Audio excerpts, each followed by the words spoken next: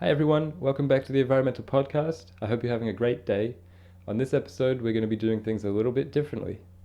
Whereas usually we kind of pick a topic and research it and then relay our information and try and synthesize some kind of conclusion, today we're going strictly empirical, like good scientists. We're going to be talking only from our own kind of anecdotal experience, and we are trying to answer the question, should you go to university? Yeah. So, to give you some background, Aaron and I are third-year university students. Nope. About to go into our fourth year. Yep. We finished third year, going into our fourth year. And what are you taking in university, Aaron? Well, we're both at Dalhousie University in Nova Scotia, Canada, and I'm a major in environmental science in a Bachelor of Arts. Cool. I'm doing a Bachelor of Management with a major in sustainability.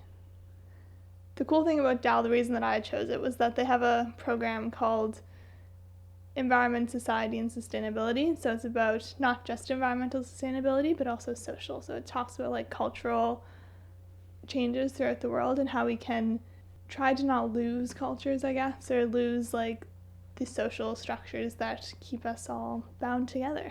It's very interdisciplinary. Yes. Which is one of, I think, probably just every university's favorite words. The buzzwords with which they put their claws into you and drain you of all your money, hope, and curiosity. Yeah, we're going to be going year by year through our experience with Dalhousie. We're going to be predicting the next year. We'll probably start with our thought process and why we went to university. We hope that this episode won't have too much of a kind of limited reach and that everyone finds something of value in it, because I think even if you're not actually debating this decision right now of should I go to university, you are maybe interested in, hey, what are undergraduate schools doing these days? Yeah. Well, we can tell you if you listen for the next few minutes. So, as I mentioned, the reason I went to Dal was because of that program that they offered, but the reason I went to university would be because in high school, I did well in high school, so I thought I should probably go right into university because I knew, even in grade 12, that if I took a year off, I just wouldn't go back. Can you give some more detail on your high school academics? Yeah. So I did from like grade 7 to 10, I did something called integrated French. So I was in like regular classes like with everyone else, and then I had a few extra ones on top that were in French. So I had a health class in French, a geography one, then of course an advanced French course. I also did drama in French, which was fun. And then in grade 11 and 12, I did the International Baccalaureate program, which is all university level courses. Plus, you have to do community service and a philosophy course, which I really enjoyed. And you also have to write an extended essay, which is like a thesis basically at the end. So that was my university. I graduated and did. And it was pretty grueling, right? Yeah, and I graduated and still managed to be at the top of the IB class for the English kids, which was good because I did then switch into English, didn't do French in the last 2 years. Yeah, it was fun. My school didn't have IB, no. So we just did the generic kind of North American AP classes. Mm-hmm. But it was a small high school, so they only offered 4 AP classes. I took them all.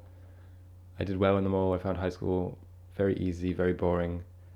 Even so, the AP classes, I would say, were not difficult, but they just had more work to get through than pretty much everything I've encountered in university so far, which is kind of funny because they are intended to prepare you super well for post-secondary. But they themselves end up being like a harder test and everything in post-secondary. The reason I took the AP classes was not pretty much for any kind of intention of testing myself. It was because you can save money when you go to university, because if you pass the courses well enough, you don't have to take the equivalent courses in university. And I did that for 3 of the 4, which was good. But then, okay, let's get into first year courses. Yeah, so coming out of these university level courses, quote on like air quotes on that, I was like, okay, this is going to be a step above these, is what I expected. And so in first year, I was taking biology, was my major. So I took all of the basic first years like chemistry, bio, stats and stuff. And what I found was that they were very introductory. They were kind of trying to level the playing field, I guess, for people who came from all levels of academics beforehand, so you could have just graduated grade 12 and never taken a chemistry class, and you could have taken chemistry in first year, and they would teach you everything Right. you I need mean, to we were know. learning the periodic table. Yeah. Mm-hmm. After taking one semester of that, I was like, this isn't for me, because I suspected, even if it was just the first year, that the whole next semester was going to be the exact same. Well, chemistry just kind of sucks. Just Yeah. say that. It was boring. It was. It was miserable. Yeah. Because I wanted to cover, like, everything under the sun, just, like, touch on every type of chemistry, every, like, they wanted to do history, they wanted to do... You can just say it that you all. don't like chemistry. It's okay. I don't. And that No one first year likes it. course was miserable, yeah. The exams were, like, weirdly at night. What did you think of your first year? Well, even before, let's say, even before actually dealing with any of the courses, there's the matter of preparing for first year. So moving into residence, which was my first time living away from home. We won't talk too much about the living experience. We're really focusing more on the courses. But things like buying textbooks. Going into first year, we kind of assumed, hey, these mandatory textbooks are mandatory. So money was spent on some textbooks, which it later turned out you could get by perfectly well without. Mm-hmm. And then in future years, I'm only mentioning this now as like a disclaimer for the first year, because in future years, pretty much didn't buy any. Like last year, I just didn't buy any textbooks and did pretty fine, passed all my classes, almost all the books you can find online legally. So yeah, I guess that's a piece of advice. Don't buy textbooks unless they were absolutely, you need them to pass. Or sometimes I found there's some textbooks that I wanted to buy in my later years. If it's just a cool book. Yeah. But definitely wait a few weeks if you're going into university. You can, if you ever like really need a chapter, your friend will scan it and send it to you, or take pictures and send it to you. I think everyone knows about the kind of university textbook Scam. Like one of my courses even had, like one of the mandatory books was edited by the professor. I was like, you're getting cut off of every, and he said that's the version that you have to have. Yeah. I'm like, what? Why? All the first year books, or a lot of them, were written by the school. Written by the school, and they updated them every single year. I think they do it because they know that first years will fall for it. Yeah. Yeah, very questionable practices, to say the least. And then there's the matter of sometimes you have to buy the book online, or sometimes you have to buy a code for a book online, so you're actually just renting it, or sometimes you have to buy some kind of subscription. Yeah, some kind of subscription to a service, which could be done for free, but the kind of academic institution just is greedy. Like first year we had to buy these things, these little basically plastic, like what would you call them, remotes? They're called clickers. Most people know what they are, I think, just because they've been around for a long time. Really? And they've never been smart. It was like $60. Yeah. And we had to, basically it's this little white plastic thing you have to use in class sometimes, just for like probably a maximum of 5% of your final grade. Answer questions. So the teacher will like put a question and the remote has like A, B, C, D. You pick, it's linked to your account or whatever, and then it gives you a point. But it was, in one of our classes, it was like 1 point per class, and then they added up to be 5%. And it's like, just give us tests. Yeah, don't charge us $80 to get part of our grade. Doesn't make sense. But there was a lot of that kind of nonsense I found in the first year. Really? Yeah. I'm trying to think of some other examples. Like, my statistics class was really, really easy. No, it wasn't. I did calculus in my first year. Oh, yeah. Yeah. You didn't have to because you got the credit, but for some reason IB didn't do. For anyone debating on taking IB, you only get like 2 credits because you only get to take 2 high-level courses, which then count towards university credits. But all your standard level courses, which are university level, they don't count as credits. So anyway, I took university level calculus in high school, then I had to do it again. And it was just the pace at which they moved made me want to cry. Too slow or too fast? Way too slow. I mean, maybe you should take what Alicia says with a grain of salt, because she's a super genius when it comes to classwork, and she's very kind of on top of herself, and probably didn't have to go through the adjustment phase that a lot of university intro kids needed to, because she's just very well organized. I just expected university to be a bunch of me's. Yeah, me too. Like, academically. I thought we were going into Alicia Town. Yeah. Mostly because, like, my high school teachers really drilled into me. For instance, when it came to, in high school, when we had assignments due, or when we when they had information given out about this date is when the test is, or even when we're going through maybe slideshows in class and someone asks, hey, can you go back to that other slide? The teachers would always enforce on us, hey, university will be unforgiving. So no, we won't repeat what date this is due, or we won't like go back that slide so you can write it down quicker. You just need to be better. And then I go to university and like they brief us all the time about what to do, what's happening in class, you know, when grades are coming out, the schedule.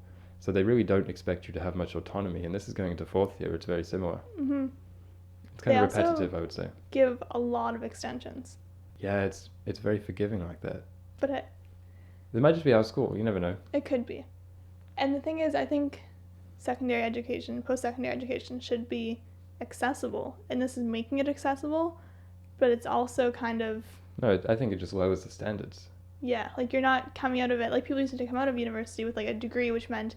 Something. You are going to be like... kind of have a priority when looking for jobs in that field. But now it just doesn't mean anything. It might be... I don't really understand economics. That might be a function of the economy, but also I'm sure how easy it is to get a degree now probably plays a part, because it isn't so much a certificate of the person's competence anymore. It just means they stayed in the program for 4 years. I read an article the other day about post-secondary university in North America, and it said in like the early 70s it was about $36 for like a credit. And then people would like work a summer job and be able to pay for university. But then there were some people who couldn't afford it, so the government started compensating and giving grants and stuff and loans. And then universities said, oh, now we have more money, so we're going to invest all this into our facilities. And then they would raise the prices because they knew the government would just keep meeting it. And so it went from 36 to like 3,600 for tuition in a matter of 50 years. Oh, that's another thing. We're both deeply in debt. Yes. So for those of you actually trying to decide, you know, just think about that. If you have a spare $80,000, if you're in Canada, then go for it. Yes. If you don't. I won't say that, but like if you just be aware that you have to. Just be aware that you have to find alternative means of funding sometimes. Yes. And then I guess it's like a baptism of fire for financial independence. Yeah, because we're never gonna enslaved actually for the next decade. But what am I trying to say? With my Bachelor of Arts. My thought was always like, well, what am I going to do when I graduate? Like, going to university makes so much sense. But then it's like, if I had just worked for those 4 years, I would have had $80,000 in my bank account opposed to... Let's get to the courses, okay? Let's get to the courses. Sorry. Stop disrespecting the school so much. What was your favorite first year course? Or favorites? So... let's not go into every course that we took. We took roughly 5 per semester. In the last couple of years, I've stopped caring so much. I stopped taking 5 per semester. But at the start, I took the intro environmental science ones. So I took environmental science, bio, chemistry. I think one quick point to take away, I already had a biology credit, but I retook first year biology even though I didn't have to, and it didn't mean anything for me. So I was essentially spending $800 to $900 for nothing, plus the textbook. So the conclusion from that is trust your own ability, trust your own competence, because the reason I took it, again advised by my high school teachers, was, yeah, you already have the credit, but you might want to get acquainted with the labs, you might want to use this opportunity to take a course with content which you mostly know to ease into the university way of learning and the way courses are structured, which is of course good advice if it wasn't exactly the same as the way the high school course was taught. So yeah, bear that in mind. You know, if you think you know something, you probably do. Yeah. So don't second guess yourself. Trust your own ability, trust your own knowledge, I should say. So I did those. Chemistry boring. I took sociology. Oh yeah. Because I thought that I was going to be double majoring in environmental science and political science. Yes. Sociology was okay. It wasn't really much of a course, but my favorite first year course was a theatre course I took. It was like a year-round thing, so it was a year-long thing. It was first semester and second semester with the same 20 kids. The classroom was like a little dance studio, and everyone would walk around with just our socks on, and we'd do like, I suppose, acting exercises. It felt more like... Team building or playing. Yeah, I would say playing's the word for it, I think. It would be like, act like a duck or something. Or like walk with your knees forward, things like that. Or one exercise I remember was all of you together be a machine, and everyone would just be like acting like a cog.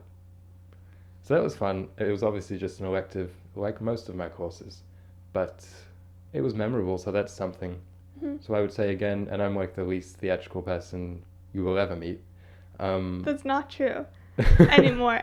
It is true. I think that course you didn't realize. Before we started university, you'd always say, like, I have one tone. But now you have, like, 500 tones.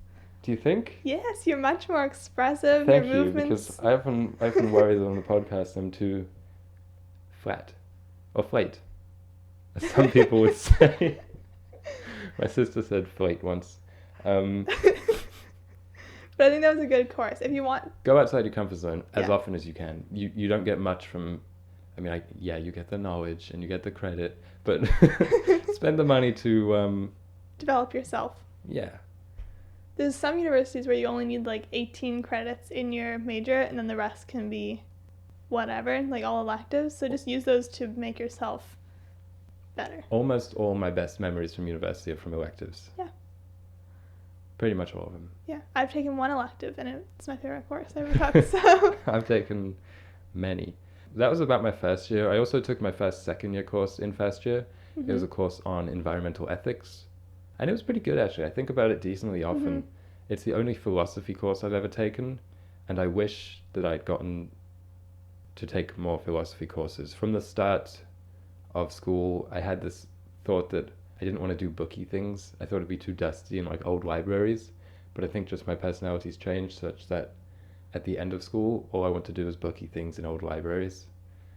Yeah, like what you miss most about being on campus is going down to the basement of one of the libraries. Yeah. Yeah. Your first year, anything else noteworthy? Well, my first year sustainability course was epic, is the only way to put it. Wow. So I took, as I said, calculus, bio, chem. Then I had this sustainability course, which was 2 credits. So I took those, like, 4 courses. And it was just so good. It was 2 lectures a week. And it was, like, co-taught. So there were 2 teachers to it. And they would bounce off each other. One of them was a historian. The other one was an architect. And they were talking about community design, art history, just, like, everything. And it is what basically made me who I am today. Big inspiration for the podcast, let's say. Yeah. Because the name is sustainability, but it talked about everything under the sun. Exactly. Because there was a whole, like, half the course was on Nantucket and, like, the whale hunting. And they never said, like, whale hunting is unsustainable. Obviously it is. But it was basically saying this is how the society functioned before whales became extinct, and this is how they functioned after. Right. And, like, kind of, like, fell apart. It was such a good course. And if anyone ever gets to take a course that's either co-taught or super interdisciplinary like that, do it. It's so good. That's kind of the future of university, yes? Yeah. I think I went to one of those lectures. Yeah. But I was kind of envious from the outside because I took a more strictly scientific environmental program, which, has its merits as well. But the format of the seminars, lectures in sustainability, and the amount of discussion which you get to do, that's what you should be paying for. Otherwise, you can pretty much get most courses, the information online. Yeah, you can just read a textbook. But it's the experience. Yeah. And so many courses don't leverage the possibility for that, but sustainability definitely does. So we recommend that. Yeah, 100%. Great program. It also, in the evenings, like on Thursday nights, would have a guest lecture. So everyone would go from the sustainability faculty, not just your class. And there's a guest lecture, and people from the community come. There's questions and answers. You have to write a little reflection afterwards for the first year, but it's so great. That's where I learned about environmental photography, environmental racism, environmental, like, eating off the land. It was such a great course. Sustainability at Dalhousie also has an awesome building. It does. It's a, like, gold standard LEED building, and it's so cool. I've done 3 field trips of it, or 3, like, scavenger hunts around it to try and find all the environmental features. It's very neat. It's inspiring. Yeah, so 10 out of 10 would recommend that program. Be careful about the program you choose to accompany it, is all I'll say. Because you have to double major with it. You have to double major, yeah. Mm-hmm. And I chose biology, then switched into business, and like, I've learned a decent amount. I think I'll be able to run a better business someday having taken this, but it's just, again, very slow, like, from the outset. Do you want to go into detail on your switch from biology to business? Because you were switching your faculty, right? Yeah. So it was a big jump to make halfway through your first year as well. You didn't really give it much time. No, I just went home on Christmas, and I basically said, I'm not going to work in a biology lab. I think someday I'll go back and take a few courses in environmental science or like conservation, just so I'm better educated on those topics. But even just looking at the academic timetable for the next 3 years, I said there's like one conservation course. And the other 15 courses I have to take for my biology major are going to be things that aren't clearly related to the environment. Yeah. And they're therefore not going to relate to my future success. And kind of the first year we really wanted to, start a clothing company. Go for it. Aaron and I have had a lot of adventures in the last few years. What are failed ventures and yellowing hoodies? Yeah. So after plotting a fashion company for a few months, I said, you know what, I think business is my calling. And I didn't know if that was going to succeed, and I think someday it will, but I definitely was like, what I love to do is plan things, organize, execute. And I was looking at how... And you're greedy and you just want money. I was looking at the ways that society is influenced. Right. And I said corporations are the most influential, so I want to start someday a beneficial corporation or something different, I think, is what it will be. That was very similar with me. The reason I wanted to do an EMVS and political science double major was, well, I want to know environmental science and I would be in politics so that I can influence things. Yeah. But then I was like, wait, politicians aren't the only people who influence things. Mm-hmm. You know, there are alternative means. I guess what's inspiring about your switch to management was the speed with which you did it. You didn't wait a couple years of like, you know, maybe this will turn around, maybe I'll like it. You just said, nope, this isn't for me. I'm changing. So you should have that confidence even in your first year, even if there's a sunk cost and you've already put some money into other courses or some time. You know, if you're not liking something, switch out of it. Yeah. And follow your passions. Also in your first year, take as many different courses as you possibly can. Try it out. It's a buffet. Because you've never taken a sociology course before, probably. You've never taken a business course. Just try, and then you'll be able to complete your degree in the 4 years. Yeah, don't worry about, but maybe I won't be able to squeeze in all my courses because... You can take summer courses, extra courses, it'll be fine. Mm-hmm. Yeah, that's a good piece of advice. So that's about our first years. Yes. Let's get into the second year, which is slightly more hazy to me. I'll be honest. Just a bit more of a blur. Second year. That's when we both auditioned for a play, right at the outset of the year. Yes. So we were still in residence. So we were still spending a lot of time on campus, almost all our time. Mm-hmm. But we thought, you know what? Aaron's fresh off his kind of theatrical debut, also in first year, to mention one of my random extracurriculars. On a couple occasions, I dressed as a robot for some money. I forget about that so much, but it's so funny. Because it's so unlike me, but, you know. What was the robot's name, Aaron? Blaze. Yeah, and he would go to, like, roller parks and, for kids' birthdays. Yes. He plays. So fresh off that kind of me cutting my teeth in the world of showbiz, we decided to go try out for our schools. It was like what would you call it, like a joined audition for multiple plays, and they would place you in whichever, so it was the start of the year and they were casting for all 4 plays, basically. Mm-hmm. So I had a Shakespeare monologue prepared, and I was very, very nervous. Meanwhile, I've been in theater for most of my life, and so we both go to these I was like audition. clutching the sheet, and I kept stumbling over it as I auditioned because I'm very shy, especially with, you know, judges behind a table, basically, and you're by yourself. Yeah. And I've never auditioned for anything before. Mm-hmm. And then they just said, because I was getting really sweaty trying to read this thing in like Shakespearean verse, and it was Iago from Othello, so it was super kind of angry and malicious. So like the more nervous I got and I kept having to restart, the more like hunched over and evil I tried to act. And eventually they just said, you know what, why don't you try something else? And they just gave me a script from one of the plays and I just read from it. Mm-hmm. And what did you do? I did from the Salem. What's that play? With the witches? Yeah. Some witches play. Yeah, some Salem witch trials play. I did a monologue. I was playing like a young girl being like... The Crucible? No? Maybe, yeah. Okay. I don't know why I can't remember. Anyway, we were both auditioning for Faustus for that play. Yeah, because I was in the midst of reading Dr. Faustus. Yeah. And then, anyway, we get our calls back later. I just wanted to start because it's so funny. I was cast as... A demon. As a demon with no lines in Faustus. So your role was basically to prance around... No, I was a stagehand. Yeah, but you were on the stage, no? I was on the stage, but all we did was move the sets. Yeah, but you did it in a slinking way. Yeah. Of course. We had like It was basically my dream role. You got to wear a plague mask and just try and creep the audience out wearing all black on a black background and just slink around the stage. So I was a demon. And what did Aaron get cast as?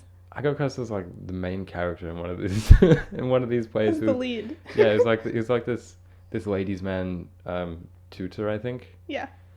And of course I dropped the role, and because I didn't want to learn many lines. Mm-hmm. And because I had this genuine worry that I know every like prospective actor has to worry that like I'm gonna forget my lines and I'm gonna screw it all up, but I was like, no, I'm really gonna mess this up when on stage in front of people. So I'm glad I did that though, because I didn't want to ruin everyone's hard work. Yeah. With my I ended up having a deliveries. strangely good time as demon. Yeah. Demon number 3. Yeah. And there was that one demon who was very, very good. Yeah. The other ones were all like theater kids. Like actual theater kids in the program. Alicia was just kind of looking elastic, rolling around the stage like a tumbleweed. It was fun though. I met a lot of cool people doing that. So do as many extracurriculars as you can, even if you're shy. Try and force yourself to do it. Yeah, that's the moral of the story. In terms of courses second year, the 2 that jump out at me were, or let's say 3. One of them was my intro to my least liked activity I've ever done, which is learning this software, a mapping software, which is kind of central to environmental science in most undergraduate degrees now. Yeah. It uses satellite data to map various things, and I guess it's good because you can like see how things have changed, and you can make maps dependent on a bunch of various factors and different types of maps. But I just despise computer work, which is why I started the podcast. And I started a podcast and also considered taking computer science. Oh yeah, I was going to switch into that at some point. Yeah. Oh, second year I also... Okay, let's finish with the mapping software. I didn't like the software. I didn't like having to spend a lot of time on computers. And it was just in general a very, very miserable time for me. But in contrast to that, the 2 courses I really liked from second year, I remember because I took them on the same days. There was one after another. And one was a required course about energy and the environment.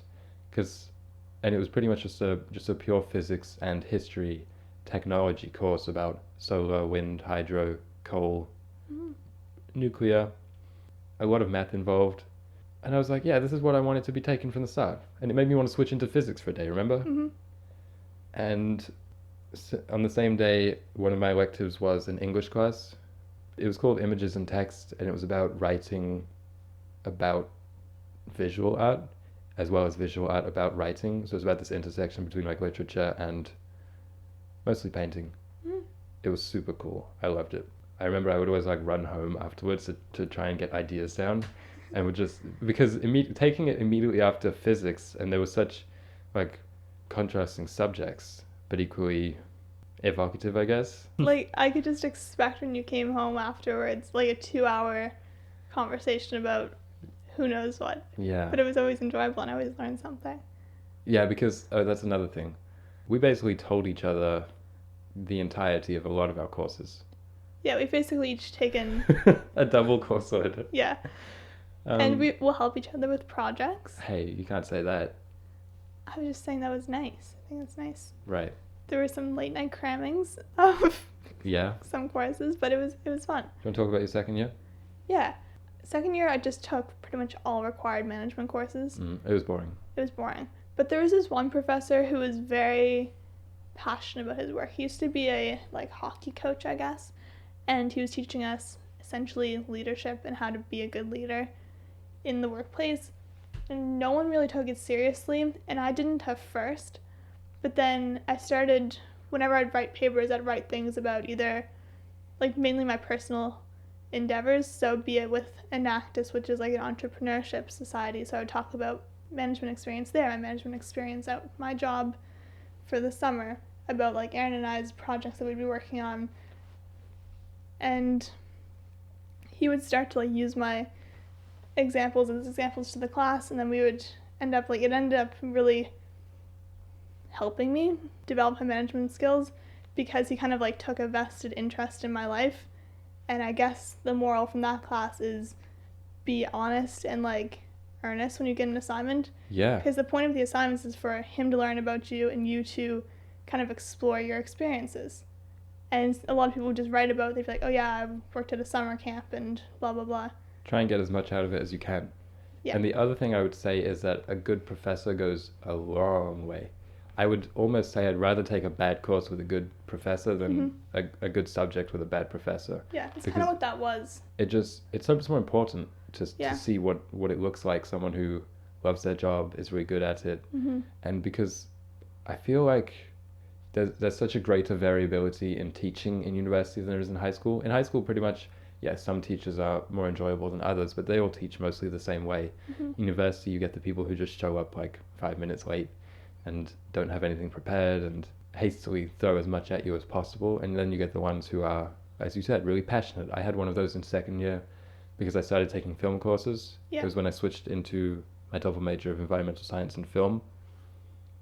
It was in my film history course, and he was really, really good. Film history has the potential to be kind of lame because it's mostly like black and white, very, very choppy footage about the advent of the camera. And I think it was during like really sunny days, but it was in kind of a basement-y room with all the lights off. But no, he made it incredibly enjoyable. So they can just elevate a course like you wouldn't believe.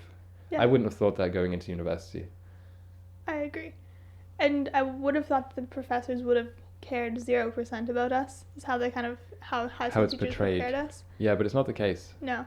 Because this one professor, like, even to this day, will email me about the podcast or about if he has, like, a teaching assistant opportunity and stuff like that. He's just very kind, and he does that for pretty much all of his students. And I had another teacher that year for a government structure course. It was about just, like, management in the government, and that course was so dull.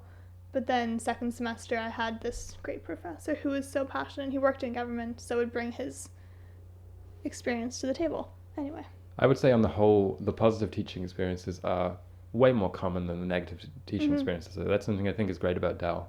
Might be about every university, but just the teachers are really good. Yeah. I mentioned the guy who comes in like 5 minutes late, but that's honestly never happened to me consistently, and they'd always have good reasons. Like it was really good professors. Yeah. Even like for the courses that we really didn't like the I can't fault first the year chem and professors, stuff. not at all. Even for the software courses, she was passionate, considerate, organized, all the good things. Yeah. Oh yeah, second year I took a Microsoft Office course.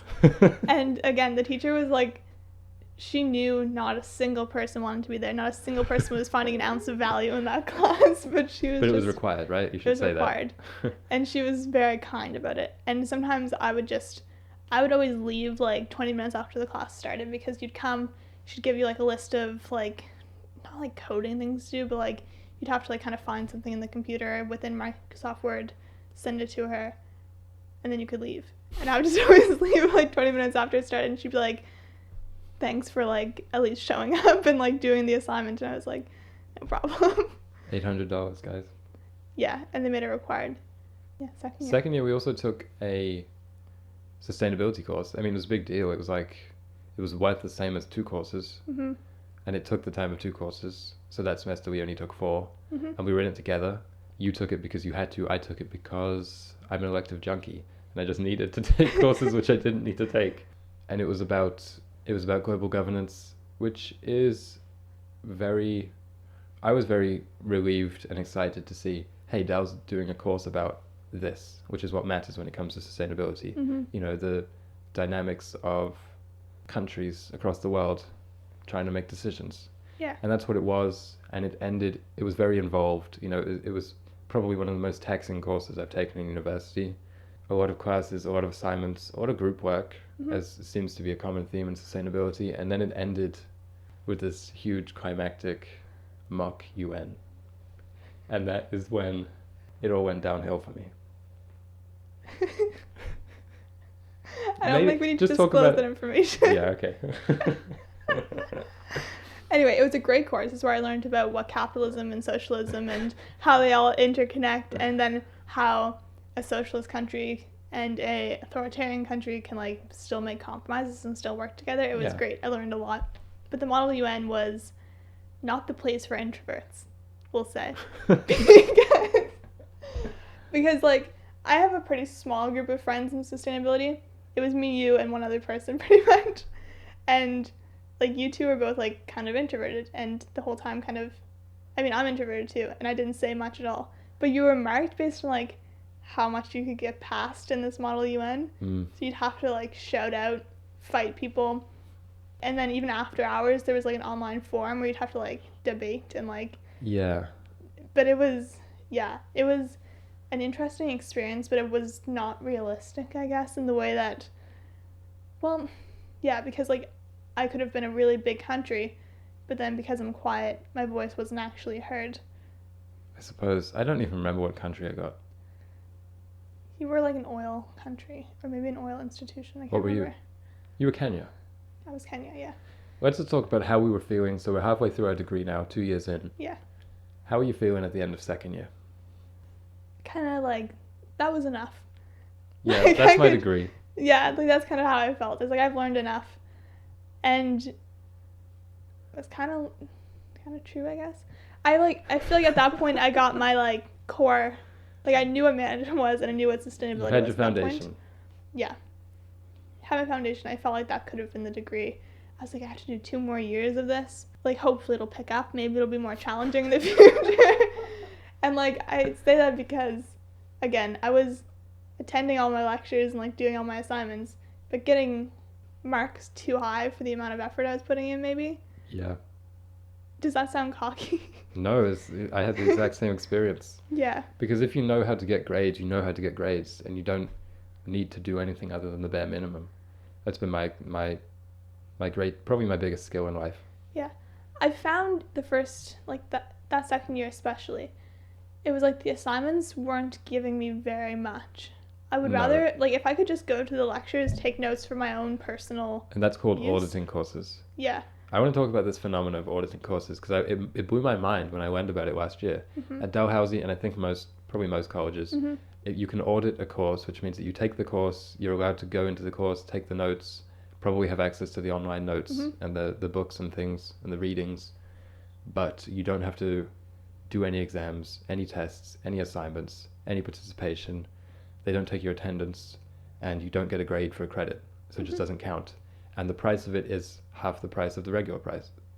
So essentially what they're saying is the knowledge is worth this much, the degree is worth Double that. twice as much. So I just found that was stunning because I always knew that, but it's just crazy that the university acknowledges it in this system of auditing.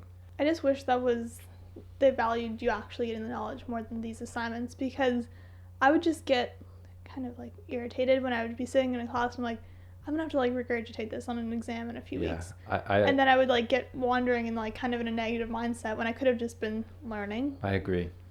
In second year, that is really when it came to a head that I was like, I don't want to jump through these hoops for grades anymore.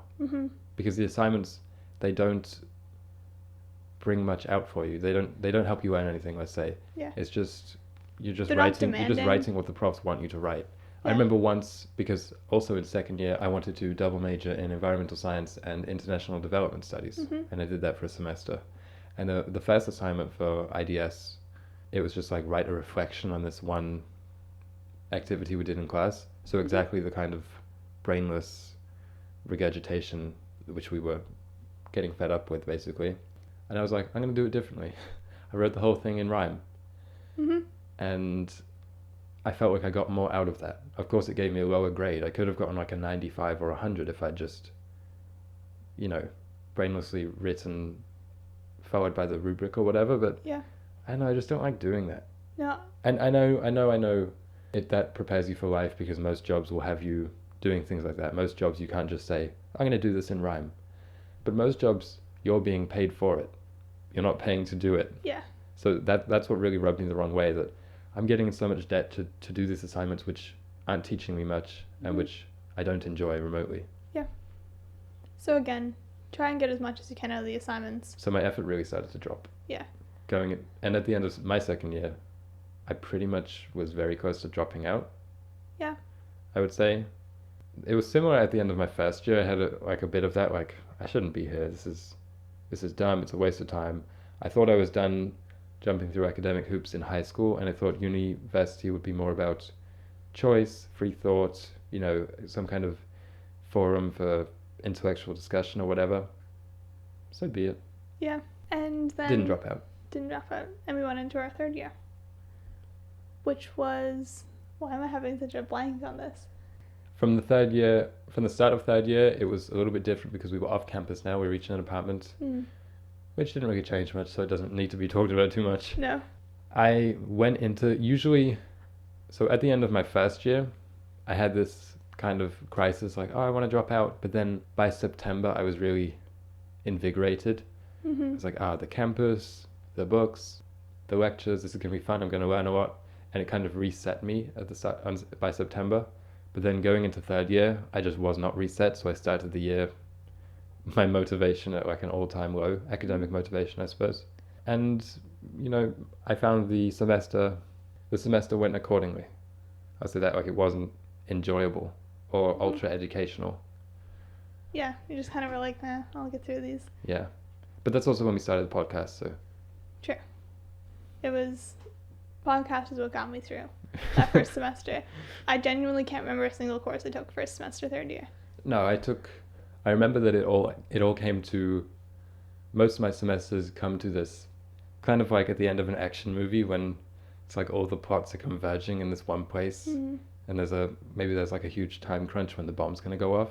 That's how most of my semesters end, because I neglect the final project and the exam preparation until hours beforehand. So it's usually 1 week or so of just 24/7 intense work. Eating nothing but Kit Kat Kit Kats and trail mix. But you know, it's one of my proudest accomplishments was that I passed all my third year courses with flying colors. Yeah. Somehow, because I enjoy it, I guess. I get a sick thrill out of it. That's good, I suppose. So that's my lesson to university students and high school students. Deliberately neglect all your coursework so that you can have some ultra impressive final week cram session. Did you learn much from those courses? No, but I made a cool video about Willem Dafoe's and Martin Scorsese's Last Temptation of Christ. You did do that. You had like multiple computers going. Yeah, I watched a lot of good movies, I'll say that. That's the highlight of That's the highlight of being in film, which of course I'm no longer in. Yeah. My highlight of third year was, being your girlfriend as you were watching all these films, because we had to watch them. Third year is when we watched all of the Oscar-nominated movies. That's all I remember from first semester. That was second semester. That was February. Okay, first semester, I don't know if I even took a course. You took a course. I know I took like a finance course. And he was like, okay, the bell curve for this class, one end, like it's an inverted bell curve. So you either get 100 or you fail. And I was like, oh shoot. And then I stopped going to the lectures because he was not my favorite type of person. Very obnoxious and kind of like picking on people for their physical traits. And I was like, you know what, I can do this from home. Because he graciously recorded all the lectures and put them online. Ended up getting an A+ in the course. No, I remember that semester, you would always just say, I'm going to a class, and I'd be like, what class? And you'd say, analytics, or finance, or something, because all the marketing courses have such boring... No, that's true. I took boring and similar names. Philosophy one on, like, the philosophy of business. That was good. Yeah. Teacher was really nice. Okay, now it's kind of coming back to me. But it was all just, analytics. Like, they're all called market or management something. Mm-hmm.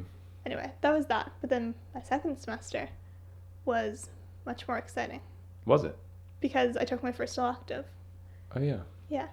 And it was the science or the environment and religion course, which was fantastic. Great teacher. It was at another university, which is kind of a part of our university. Kind of housed within Dalhousie is a liberal arts college called King's University. Yeah. Which we had both always admired from the outside.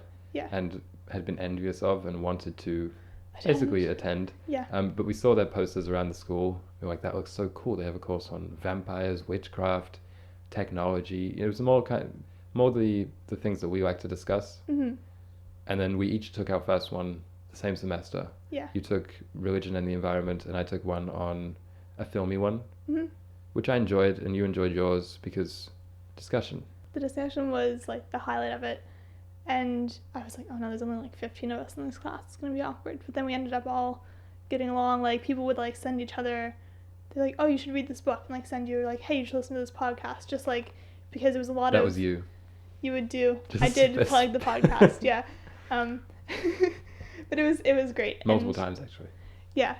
I mean, the teacher was into the podcast, so he like shared it with the class, and which was very kind of him. But there was a lot of like, you would do your own project, but then you would present it to the class. So it was a lot of us teaching each other, but the teacher was really experienced. It was just a good class. We also took a class together again. Did we? Yeah. Problems. Oh, yes. Oh, yes. We've talked about that on the podcast before. The course that we took that almost made me not like you anymore. Not like me? Oh, because I was such a bad group member. I was put into a group. Is that the first time we've ever been a group member in class before? Because we didn't go to the same high schools. Yeah, so I was in Aaron's group. And I was like, I would have hated you in high school. Like, we would have been enemies. Because you'd be the kid getting the great grades, but I'd be the one doing all the work. We had this massive project, and I basically... That's mean, but single-handedly did No, you did. You did. And it was a bad project, though. It was a bad project. It was, like, none of us were remotely passionate No one about was interested the cause. in it. Not a single person. So, like, I wasn't interested. I was like, I need to pass this. You need to pass this. But, like, one of the girls, if she didn't pass it, would have not graduated. Yeah. Because, like, it was her last semester, and I was like, okay, like, I'll just This was the COVID semester. Yeah. So the school was a little bit more forgiving with grades. It didn't really matter what grade you got, as long as you got... If you passed, it would just be marked on your transcript as a pass. Mm-hmm. So we snatched that option. We loved it. Also, in my third year, I took one of my favorite courses, which was another elective on theatre, actually. Mm-hmm. It was with the same professor, which I loved from my film history one class. Super energized, super passionate, really knowledgeable. Those are probably the three main things. Mm-hmm. Yeah, it was about ancient and medieval theatre. And it was when I had this interest in history, and it was just really great. Yeah, I liked it. So it wasn't acting, it was like a sit down and take notes class, but it was full of like acting kids. So it was a very animated classroom, very enjoyable. Good. Now here we are at the end of third year. Didn't really have so much motivation to drop out at the end of this year, because it was like Frodo on Mount Doom, when it's just like a few more steps. You just wanted to go and chuck the ring in. That's how I feel now. And also because there's so much money put into it that it would be kind of dumb to not get the degree. Yeah. Not that the thought doesn't still pass my mind sometimes. No, I agree. It's like if I came into some money, I'd drop it. Not actually, because I'm incredibly hyped about every single course I'm enrolled in next semester. Really? Yeah, next year. That's good. Because I saved every one of my electives, so I'm taking 6 electives and then 4 required courses. If I stay in them all, because of money reasons. But because of Corona, we're offline, or we're online for the next semester, so we won't be on campus for any learning, which has me the opposite of excited. I'm dreading it. I really don't like online courses. I think I won't put much time or effort into them. Yeah. I have a couple of electives, but not going super hard into that because I want to save some money now that we're graduating. Yeah. And okay, I think this is my main takeaway. Can we get to that point yet? Or do you want to go into the courses which you have next semester? I'll probably talk with them in the podcast as we go. I'm a little nervous because the 4 required ones, they're like 2 courses that go the full year, and then they're 4 credits.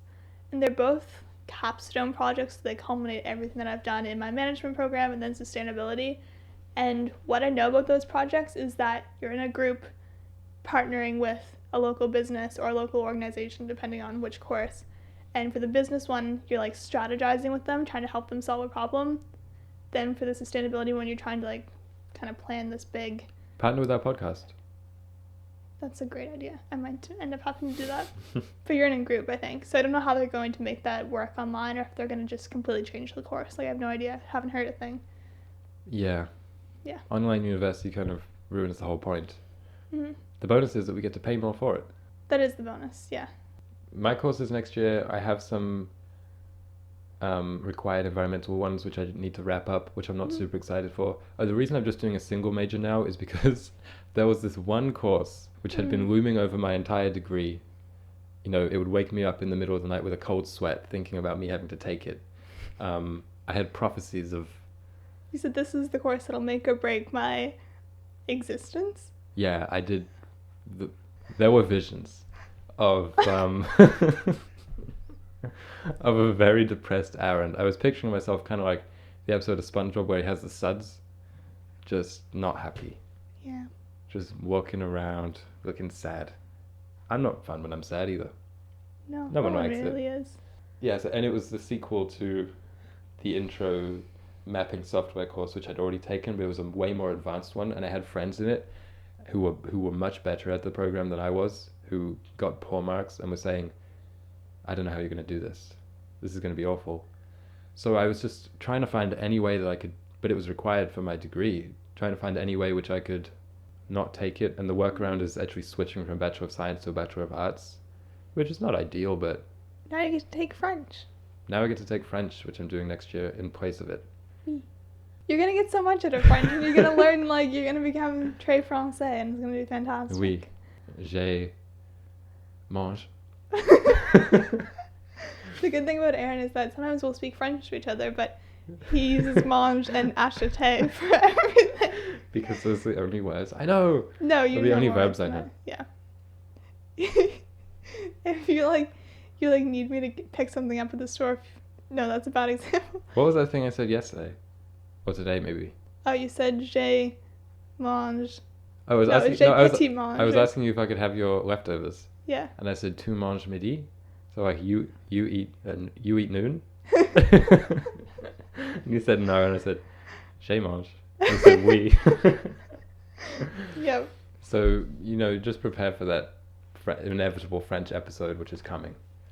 I mean, yeah. French episode of a podcast environmental. But other than that, am I kind of sad that our final semester is probably going to be online? Yeah, It's not going to be good. I would have liked to wrap it up on campus because that is really the best thing about being at university for me is I love campus. Mm-hmm. I think I would love it whatever the university. I think it is so. like a place for learning. And the thought that we won't get to structure our lives around such a place for many years now, until because we both want to go back and get more courses at some point, maybe a graduate degree or something like that, but not immediately. No, it's going to be like... I'm going to miss it. Yeah, for sure. Because it was just fun, like we would meet up every day on campus and we would grab a snack or go to like a random... I love the energy. There's always something going on, yeah. I loved the energy. You always see people reading. My favorite time of year was exam time, especially when we were on residence, because we'd go down to like the meal hall and there would just be such a nervous energy in the room. Yeah. And I would just feed off of that and all the breakdowns and the kids crying because they failed. I love those tears in the air. And the thought that we might not have that anymore, yeah, it makes me sad. Hopefully we'll get a real graduation. Yeah, that'd be cool. So what's the takeaway? The question is, should I go to university? What would be your advice to your fresh-faced 18-year-old self? You have 3 options, fresh-faced Alicia. 1, go to university and just study all cool things. Study English, study French, study history, Become like a the King things you're student. interested in. Yeah. Like, develop your capacity for creativity and wonder and learning. Don't go because you don't actually need a degree for what you want to do. Just spend that time saving money, reading books, reading online, listening to music, going to museums. Or 3, for those of you who want to be a doctor or a dentist or engineer, yes, go to university. It's worth the money. Yeah, if you know what you want to do and you Or have to get go a to trade. university, do it. Yeah. If you know what you want to do and you don't have to go to university, don't do it unless you want to make some friends, do a play, or just spend a couple years basically on vacation. But be prepared that it has like a very high financial cost. Yes. And if you don't know what you want to do, it's a great place to figure that out. That's true. Because we figured out what we wanted to do there, basically. Or like it kind of nailed it down, but it's just... indirectly. Yeah, but those things are going to be kind of put off another few years until we can... afford it, yeah. I will say that the reason I didn't drop out after my second year was this, what's it called, the sunk cost fallacy, which was, well, I'm halfway there already. You know, I spent a lot of money already, so I might as well spend more money and more time, which isn't really logical. So I think the biggest thing that I've learned is to trust your instinct, trust your gut. If it's not working, I should have been like you in first year when you switched to management. But, you know, it's a hard lesson to learn, it's an expensive lesson, but probably everyone needs to learn that lesson. True. Hopefully this wasn't too negative an endorsement, because I really don't think the university is a bad option for kids. No, I but think we it's just an wanted to be expensive honest option, about it. Yeah. and that they should know what they're getting into. And Dell's a great school, I can say that. Yeah. So thank you guys for listening. If you made it to the end to hear our conclusions, I hope they were helpful for you or someone you know who's considering going to university, or maybe you're in your first year considering, should I stay or should I go? But if you're interested in more big discussions of other topics such as environmentalism, social change, psychology a little bit, check us out on Instagram at @the_environmental, where we post some neat graphics, behind the scenes photos, some selfies, and various other content. To remind you to get off Instagram. Yeah. Great. Thanks for listening.